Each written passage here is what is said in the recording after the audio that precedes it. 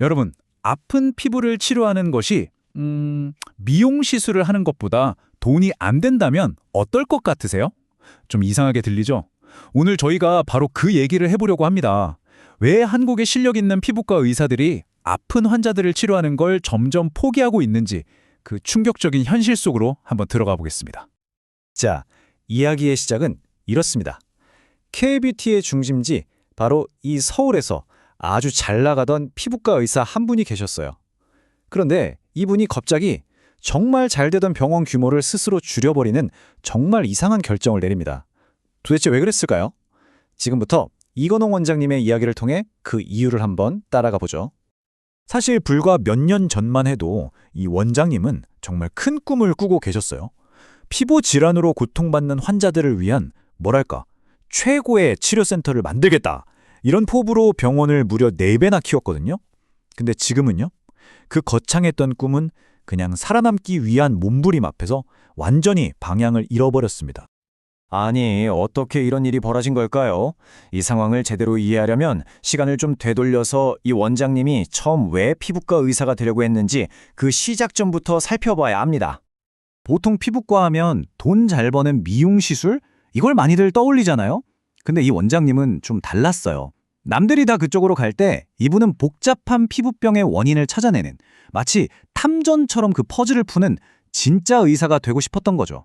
그래서 실제로 병원에 오는 환자 10분 중 7분은 예뻐지러 오는 게 아니라 정말 아파서 오는 분들이었습니다. 하지만 이런 순수한 열정만으로는 버티기 힘든 현실이 있었습니다. 바로 국민건강보험이라는 아주 거대한 시스템의 벽이었죠. 네, 결국은 돈 문제였습니다. 자, 이 표를 한번 보세요. 이게 현실입니다. 예를 들어서 켈로이드 흉터, 그거 치료할 때요. 의사가 주사를 딱 한 대만 놓든 정성을 다해서 20대를 놓든 병원이 손에 주는 돈은 똑같이 8,000원이에요. 그런데 만약에 보험이 안 되는 수술을 하잖아요. 그럼 한 번에 100만 원을 벌 수 있습니다. 자, 여러분이 의사라면 어떤 선택을 하게 될까요? 근데 진짜 문제는 이게 다가 아닙니다. 바로 이 삭감이라는 건데요. 쉽게 말해서 보험공단에서 보고는 이거 너무 과하게 치료한 거 아니야? 하면서 정당하게 진료한 비용을 그냥 깎아버리는 거예요. 그러니까 의사들은 열심히 환자를 치료해놓고도 자기가 받아야 할 돈을 받으려고 서류더미랑 싸워야 하는 그런 기가 막힌 상황에 놓이는 거죠. 이게 뭐 가끔 있는 일이냐면 그것도 아니에요. 지금 이 원장님이 이건 부당하다면서 이의 제기를 한 건수만 무려 8,000건이 넘습니다. 8,000건이요. 이건 환자를 보는 게 아니라 거의 뭐 변호사처럼 행정소송을 하고 있는 수준인 거죠. 삭감되는 이유들을 보면 진짜 황당할 때가 많아요. 예를 들면 환자 몸에 사마귀가 많아서 여러 개를 한 번에 치료해줬더니 과잉 진료래요. 또 더 좋은 최신 드레싱제를 썼다고 삭감. 이건 뭐 상식적으로 환자한테 더 좋은 치료를 해줘도 의심부터 받으니까 의사들 입장에서는 정말 불안할 수밖에 없는 거죠. 자, 상황이 이렇다 보니 아픈 환자를 보험 진료로 봐주면 사실상 손해를 보는 구조잖아요. 그럼 의사들은 어디로 눈을 돌릴까요? 맞습니다. 유일한 탈출구, 바로 돈이 되는 미용 시장으로 갈 수밖에 없는 겁니다. 이 그래프를 보면 이 기형적인 구조가 한눈에 들어옵니다.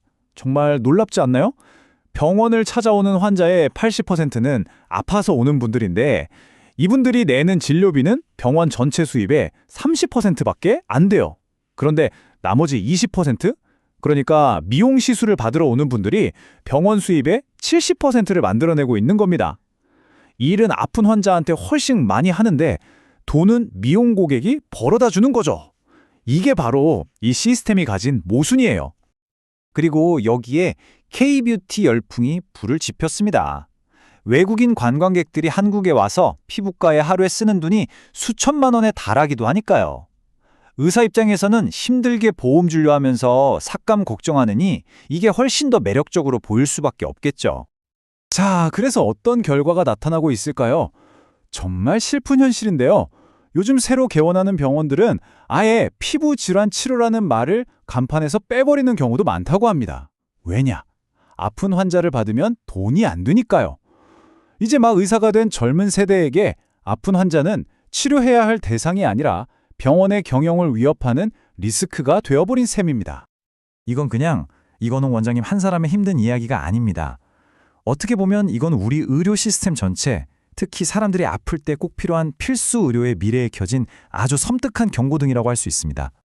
이 악순환의 고리를 한번 보세요. 자, 먼저 보험 수가가 너무 낮아요. 그러니까 의사들은 돈이 안 되는 질병 치료 대신에 돈이 되는 미용 시술로 몰려가죠.